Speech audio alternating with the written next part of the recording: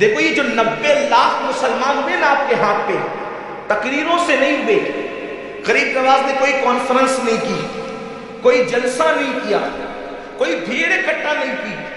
کس چیز کی وجہ سے لوگ ان کے ہاتھ میں مسلمان ہوئے؟ انہوں نے انسانیت کا درس دیا. وہی جو چیز اللہ کے حبیب علیہ السلام نے پیش فرمایا سرکار غریب نواز نے. کیونکہ ہندوستان کا حال کیا تھا؟ دیکھو ہندوستان کے لوگ اتنے کچلے ہوئے تھے، کتنے کچلے ہوئے تھے. بیٹیاں شوہر کی چتاؤں پر زندہ جلائی جا رہی تھی. یہ ہندوستان ہمارے پیارے بھارت کی تاریخ ہے. اگر کوئی نوجوان لڑکی بیوہ ہو جاتی تو اس کے شوہر کی چتا پر اس کو شوہر کے ساتھ زندہ جلا دیا جاتا.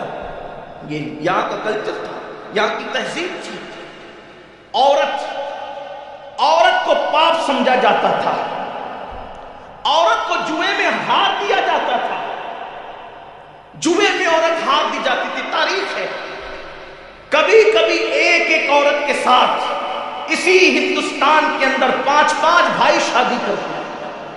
تاریخ ہے اس ملک کی.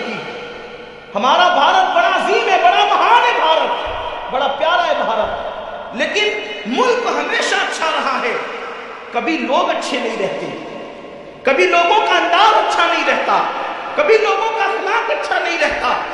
سرکار غریب نواز اس ماحول میں آئے کہ اللہ اکبر، لوگ پیشاب پیتے تھے اور گھی کے دیے پتھروں کے قریب جلاتے تھے.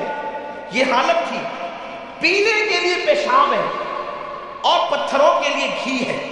حالانکہ ہونا تو یہ چاہیے تھا اس کے برعکس معاملہ ہوتا، لیکن انسان اتنا دور ہو چکا تھا انسانیت سے.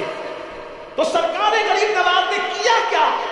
اس ہندوستان کی سرزمین پر وہی اپنے نانا کا مشن، وہی اپنے نانا کی فکر، وہی اپنے نانا کی تعلیم. کون سی تعلیم؟ کہ یہ نہ دیکھا کہ مسلمان ہے کہ کافر ہے. بھوکا آیا کھانا کھلایا، پیاسا آیا پانی پلایا، چاقو لے کر آیا اخلاق پیش کیا. سرکار غریب نواز نے کیا کیا؟ یہی تو کیا. آج اس سے ہم دور ہو گئے. غریب نواز کا نعرہ تو ہے، غریب نواز کا کردار ہمارے پاس نہیں ہے، غریب نواز کی محبتیں ہمارے پاس نہیں ہے. ایک مذہبی پنڈت جو ہے وہ آتا ہے اور غریب نواز سے کہتا ہے میں آپ سے مناظرہ کرنا چاہتا ہوں. آپ جانتے ہیں جب کوئی کسی سے مناظرے کے لیے آتا ہے تو انداز کتنا بدل جاتا ہے، تیور کتنے بدل جاتے ہیں. لیکن وارے علی کے بیٹے نبی کے لال تیری عظمتوں پہ قربان، آنے والا آ کے کہتا ہے کہ میں مناظرہ کرنا چاہتا ہوں آپ کے مذہب کے خلاف. آپ نے فرمایا آئے کہاں سے ہو؟ اس نے علاقے کا نام بتایا. فرمایا بہت دور سے آئے ہیں آپ، بہت تھکے ہوئے بھی ہوں گے، بہت بھوکے بھی ہوں گے. پہلے کھانا کھا کے آرام کر لو، باتیں تو ہوتی رہے گی. پہلے کھانا کھا کے آرام کر لو، باتیں تو ہوتی رہے گی. واللہ آخر ان باتوں میں کیا تاثیر تھی، وہ مناظرہ کرنا بھول گیا، ہاتھوں میں ہاتھ دے کر کے اسلام قبول کر لیتا. یہ سرکار غریب نواز رضی اللہ تعالیٰ کی زندگی ہے. آئیے ان کے اخلاق میں سے ان کی زندگی کا ایک باب پیش کر کے اپنی گفتگو کی طرف آنا چاہتا ہوں اور جلدی سے آنا چاہتا ہوں. اللہ ایک مرتبہ کا واقعہ ہے کہ ہندوستان میں اجمیر شریف جو شہر ہے اس کا بادشاہ پرتوی راج، جسے رائے پتورا بھی کہتے ہیں،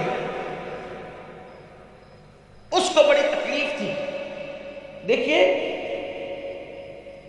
اہل حق سے، اہل اقتدار کو بہت تکلیف ہوتی ہے، کیونکہ ان کو پتا ہوتا ہے کہ جو کام تلواریں نہیں کر سکتی وہ اہل حق کا کردار کرتا ہے. بڑی تکلیف ہوتی ہے اقتدار والوں کو اہل حق سے، بہت تکلیف میں رہتے، بہت پریشان. یزید کو کیا تکلیف تھی امام حسین سے؟ یزید کے پاس اقتدار تھا، امام حسین کے پاس کردار تھا. اقتدار اس کے پاس تھا، کردار ان کے پاس تھا. سوچو قتل کر کے بھی عزت نہ کما سکا، لیکن کردار والا قتل ہو کر بھی اونچا رہا.